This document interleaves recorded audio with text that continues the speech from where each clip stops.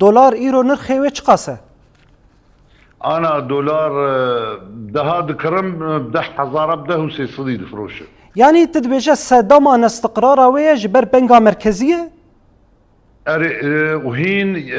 بنقة مركزي شامي وهين تشكي رسمي تشينا بوي على اساس انه راشتنا عقوباتها هين يعني وقتي نكتي سيستم ده نكتي برنامج ده او هين يعني حاضريه خو نكر نجبوي كي ولو سعر دولار مستقر بس يعني ادبيجب زيدي بي سعري قرق يعني بهاتر نبي يعني او حد بي لازم ده هوني بأهورد واحد وداتا ده حتى قو استقراري تشي بي وقت راجم وعقوباتها رسمي اجا قرق هدي داك ما بالنسبة يعني سعر دولار سوكا ما وق